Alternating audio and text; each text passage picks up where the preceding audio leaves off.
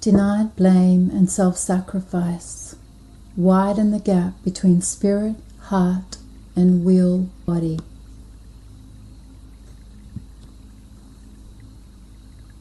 The mother of everything and the father of manifestation both felt overworked and exhausted. They were not feeling good in themselves, and still they pressured themselves to go on trying to help those in need. Will and body feared that the spirit's problems were a result of the imbalances within us. The fear and guilt they felt that we might have created without being qualified made them work much harder trying to help the spirits than they would have otherwise.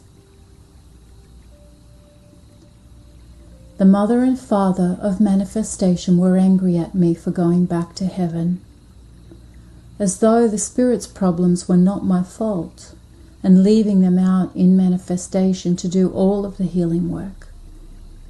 They had blame for me because they felt it was my absence that was the cause of their problems and the problems of all the spirits. Since I told them I was doing my job, which was generating light, they felt much too guilty and frightened to confront me with any of their blame, and instead heaped all the blame upon themselves. In their fear, they felt that they were responsible for all the problems, including my absence. They thought my absence was a problem of manifestation's lack of receptivity, and they tried their best to heal it. The rage that wanted to blame me got very seriously denied.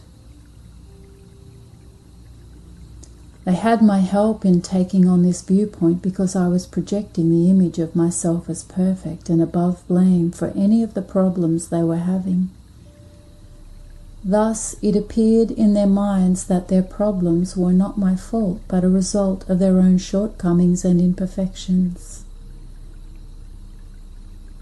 Guilt had them believing that they could only live as I did if they attained perfection, and that to do this, they must always be striving to do better and be better. Will and body received these impressions because I was judging them. I had feelings of superiority, and of course, deeply hidden underneath, feelings of inferiority. My imbalance was blinding me to what was really happening so thoroughly that what I thought was happening became all there was for me. I couldn't read the signs because I had a need to make everything fit in with what I could accept without bumping up against my limitations. Meanwhile, I didn't think I had any limitations. I was busy thinking that it was will and body that had all the limitations. I was interpreting everything within the confines I did not even think I had, while at the same time I was furious with will and body for having limits I saw as holding me back. I could not even stand to feel this long enough to find out that the limitations were due to lack of movement. I ignored it in favor of what felt good to me.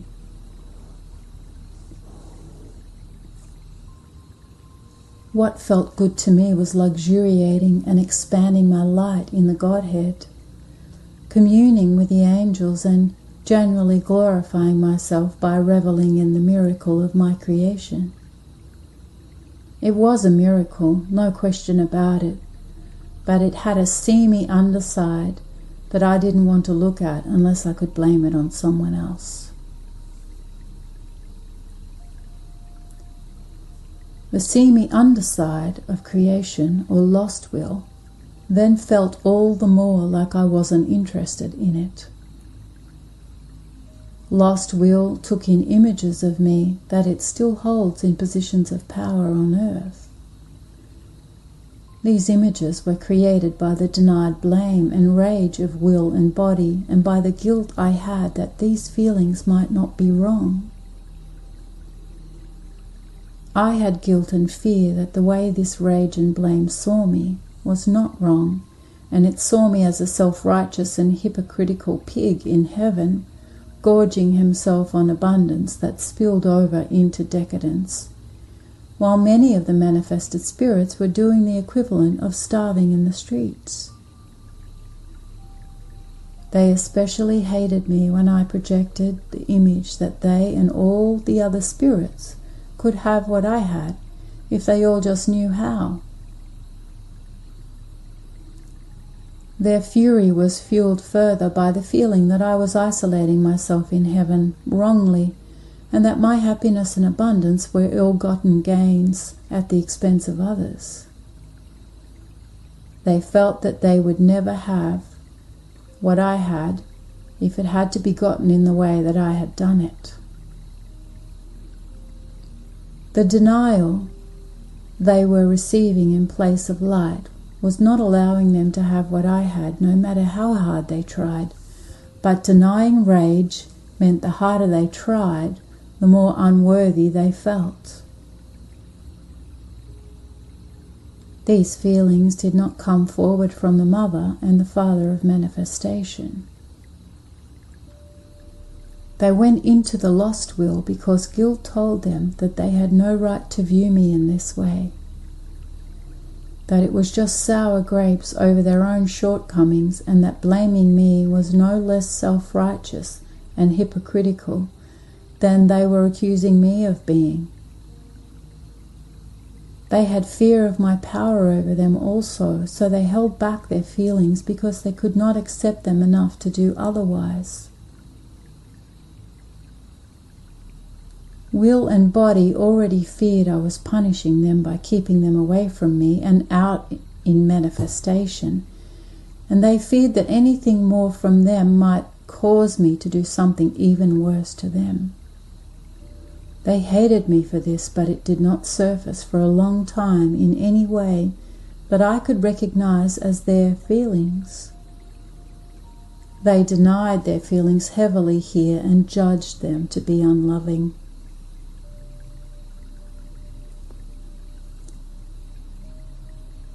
Since the mother and father of manifestation could no longer come to me on their own, they could only view me from afar and hope that I would come to them. Because all of the feelings involved, they tried not to call on me any more than they had to. They hoped that by healing creation, they could prove themselves to me and heal things with me. Their fear was great, though, that they did not have the power to heal it, and that this meant they were unworthy of me. When they did not call on me, I found it inconvenient to believe it meant that they did not want me around unless they were in a jam. I resented being used this way, and so I often did not hurry to help them when they did call upon me. My reluctance to respond to them increased their impression that they were unworthy of me, and that I was no longer interested in them. Denied rage believed that they were doing their best, and that I never viewed it as good enough. But their rage was so denied, they thought they had only fear in this area. Sex in a state of denial. When will and body couldn't stand the pain of all that they were holding back any longer, they would turn to one another in an effort to ease their pain. When they made love, it seemed that spirits slipped forth and hid in the darkness. I did not see this happening, but it was my feeling that the mother was emerging something without me, and whatever it was, it did not feel good.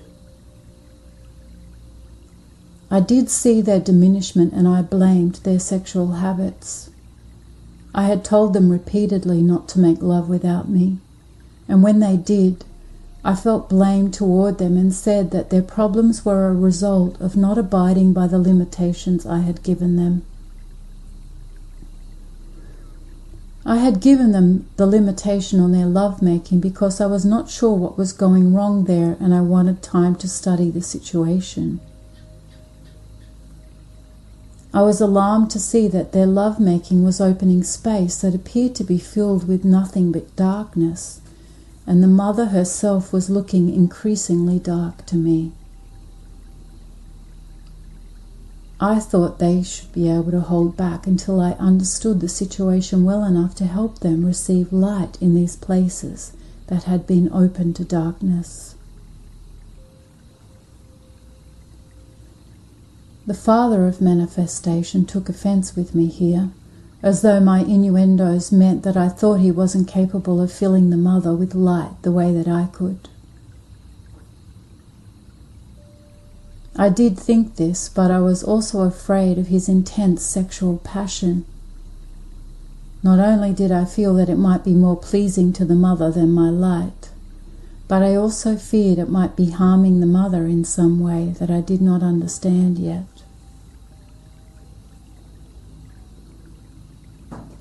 The father of manifestation did not mention his anger over the limitation I had asked him to place on his sexual expression, and I did not mention my feelings either. What I told the mother and the father of manifestation was that they were having problems that needed to be solved before they had any more orgasms, or that I would appreciate it if they allowed me to study the situation without complicating it further by continuing to orgasm without me. I asked them not to make love without me, and then I did not go to them. I must admit that I was taking my time studying the problems they were having because I had so many uncleared emotions that I could not get myself to look much at what was going on between them. When I did look, I had trouble seeing the situation for what it was.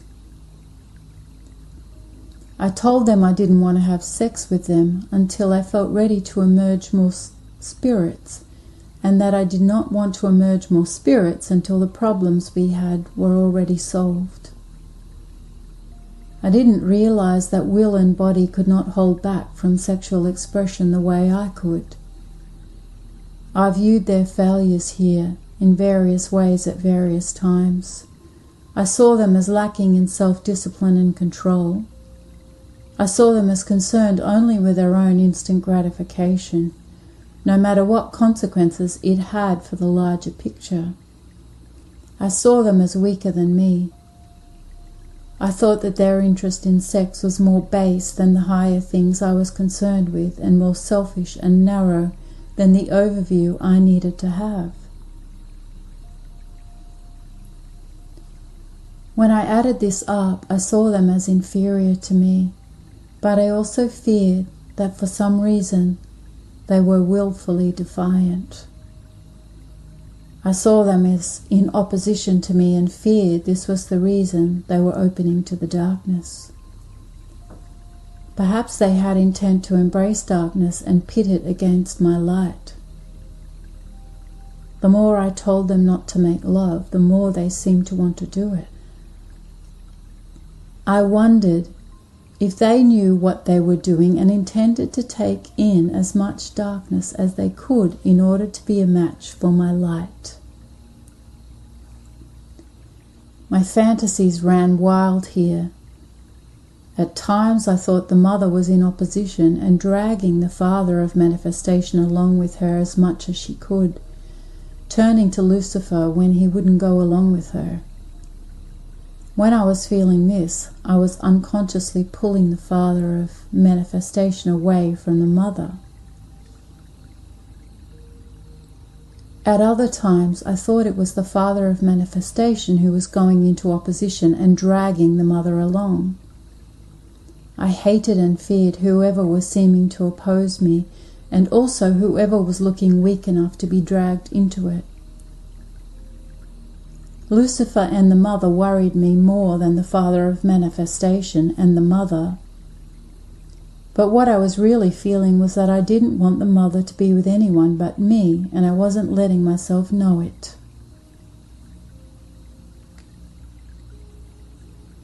I wasn't even really letting myself know how wild my fantasies were running. They existed like background worries I was trying to push away while I was simultaneously in heaven with the angels and present with Heart and the rainbow spirits. I avoided going to the Mother and the Father of Manifestation because I couldn't face the feelings I had here. I thought I was having less interest in sexual involvement with them when actually the denials they were reflecting were repulsing me. Thus it came to pass that every time the Mother of Everything and the Father of Manifestation wanted to express themselves sexually, they had guilt nagging them that it was not acceptable to me for them to seek comfort and pleasure with one another in this way. Then guilt would list off all the judgments I had made against them. Guilt could do this because they had received me here even though I had not come forward with my feelings. They had guilt telling them instead of me because I had denied my feelings here instead of giving my feelings to them. The Father of Manifestation had feelings of not being able to stand having his sexual expression thwarted. When he did try to hold himself back, he had feelings of being enraged, but he did not bring his feelings forward. He held them back as I was doing. While I saw him as defiantly indulging in sexual passion, he felt he was holding himself back as much as he possibly could in an effort to comply with me. He was further angered that instead of having any appreciation for the difficult feat it was for him to hold back, I judged his efforts here to not be good enough. He felt that I was insensitive to his needs and to his nature, but he also feared there was something wrong with him because he was the way he was. Since I did not seem to be having his troubles, and since he could feel my undercurrents and judgments, he feared that he was inferior to me. His rage grew that spirit was an accepting body. His denied rage was what caused me to fear his opposition to me. But competition in subtle ways was all we allowed of this. At the time, I had guilt involved about asking will and body not to make love without me, and about making love with them, or I would have come forward with my feelings. I didn't know why I had the feelings I had. I just knew that we were having problems and that orgasming was making them worse. The Mother and the Father of Manifestation, on the other hand, thought that orgasm was making things better because they felt better when they were making love than they did the rest of the time. They became confused here into thinking that I did not want them to enjoy themselves. Later I realized that my feelings here had been based on receiving the will. In the same unspoken way will and body had been receiving me, the will was letting me know that something was harming her in the darkness. Even later I understood that the spirits manifesting in the darkness were being empowered to live by the fragmenting that was taking place in the Mother and the Father of Manifestation. They were fragmenting because they could not hold all the denial they were receiving. Orgasm was sending this fragmentation out with the magnetic energy these fragments needed to live as though they were separate entities. The Father of Manifestation was aware of the Mother's complaints about being attacked in the darkness also. He made more of an effort to learn what was out there than I did because he felt more responsible than I did. He wanted to know the truth about this reality and thought that in this way he could also face his fears about himself. These beings lived beyond the shadow, out in the darkness. For quite a long time, the Father of Manifestation had been trying everything he could think of to see these denial spirits, and without success. He wanted to look at the spirits, but they hid. When he saw things he thought might be them, he was unsure because they did not look as he had imagined them. Also, he did not realize it. The forms of these spirits changed in the light, both because of the light and because the light did not accept them as they really were.